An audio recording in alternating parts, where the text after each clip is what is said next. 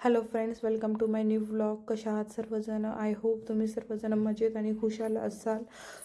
तर आज खूप आभाळ आलेलं इकडं हैदराबादमध्ये आणि आज विकेंड पण असल्यामुळे आणि वातावरण खूप छान असल्यामुळे आज मी खिचडी आणि कांद्याचे पकोडे केलेले.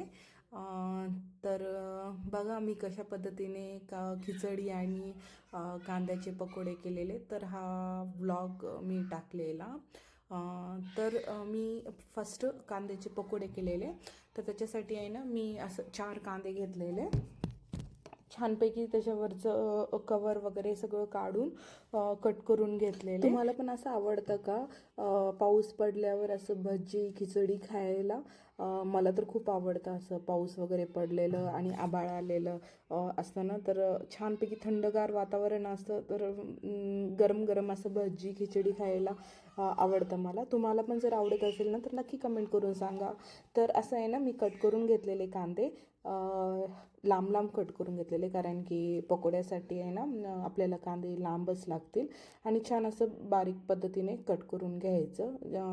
म्हणजे तुम्हाला जर आहे ना, मी तर 4 कांदे घेतलेले, तुम्हाला जर जास्त घेऊ वाटले तर तुम्ही घेऊ शकता जास्त पण, आणि तुमच्यानुसार तुम्ही कमी जास्त इथं कांदे घेऊ शकता.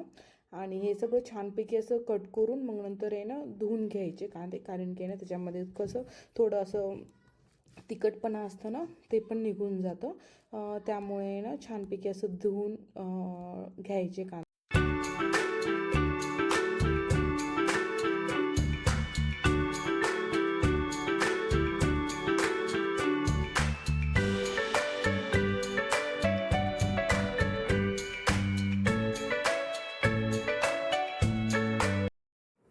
छानपैकी असं कट करून झाल्यानंतर आहे ना एका बाउलमध्ये आहे ना चण्याच्या डाळीचं पीठ टाकायचं आणि जेवढं तुम्हाला लागत असेल ना त्या प्रमाणातच टाकायचं. मी ते ना असं 2 बाउल टाकलेले चण्याचं पीठ, आणि मग त्याच्यामध्ये आहे ना आपण जे कट केलेले कांदे होते ना ते पण टाकायचे. सर्व कांदे टाकून घ्यायचं. मग ते टाकल्यावर आहे ना एकदा मिक्स करून घ्यायचं. मिक्स करून झाल्यानंतर आहे ना ह्याच्यामध्ये आहे ना थोडी मिरची टाकायची. म्हणजे मी आहे ना 1 स्पून टाकलेली मिरची, आणि मग त्याच्यामध्ये आहे ना थोडं कलरसाठी आहे ना हळद पण टाकायचं.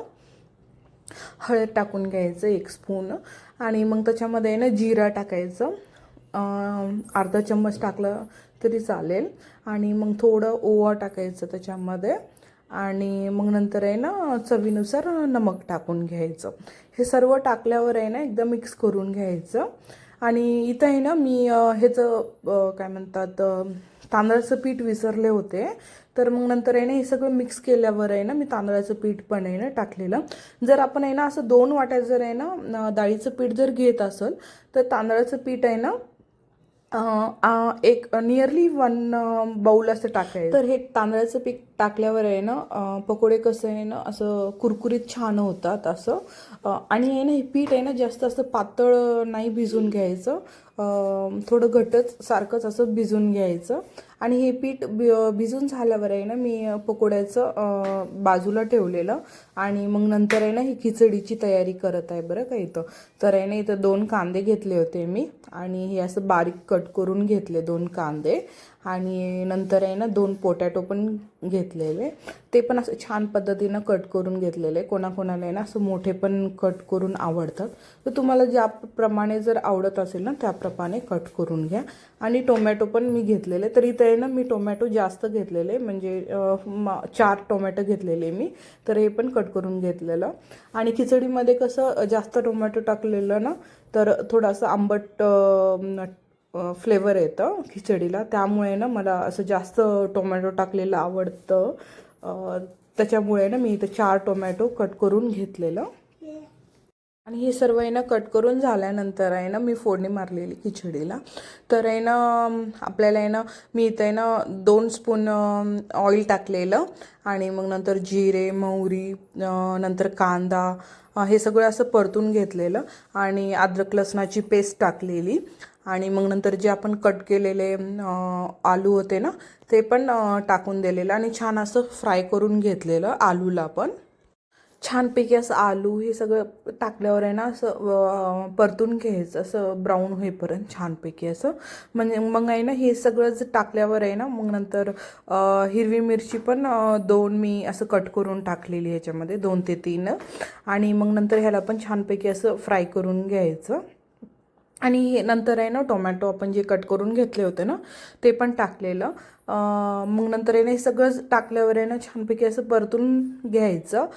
परतून घेतल्यावर आहे ना मग आता ह्याच्यामध्ये ना सगळे प्रकारचे असं मसाले वगैरे टाकलेले. म्हणजे असं हळद टाकलेलं 1 स्पून. मग नंतर आहे ना मिरची टाकलेली. मग नंतर आहे ना ह्याच्यामध्ये ना धण्याची पूड टाकलेली. आणि मसाला जे आपल्या घरामध्ये गरम मसाला असतो ना ते पण थोडा टाकलेला 1 चम्मच. आणि हे सगळं टाकून आहे ना छानपैकी असं परतून घ्यायचं.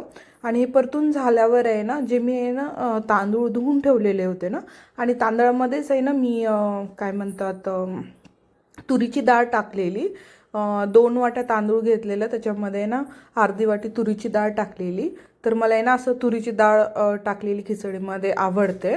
तर तुम्ही पण हे असं ट्राय करून बघा, खूप छान होते खिचडी. तर आहे ना हे असं परतून घेतल्यावर आहे ना ह्याच्यामध्ये आपण जे तांदूळ धुवून घेतलेलं होतं ना हे पण टाकायचं. आणि मी आहे ना असं हे मसाल्यामध्येच असं तांदूळ टाकते. फर्स्ट असं पाणी टाकून मग नंतर तांदूळ असं नाही टाकत मी.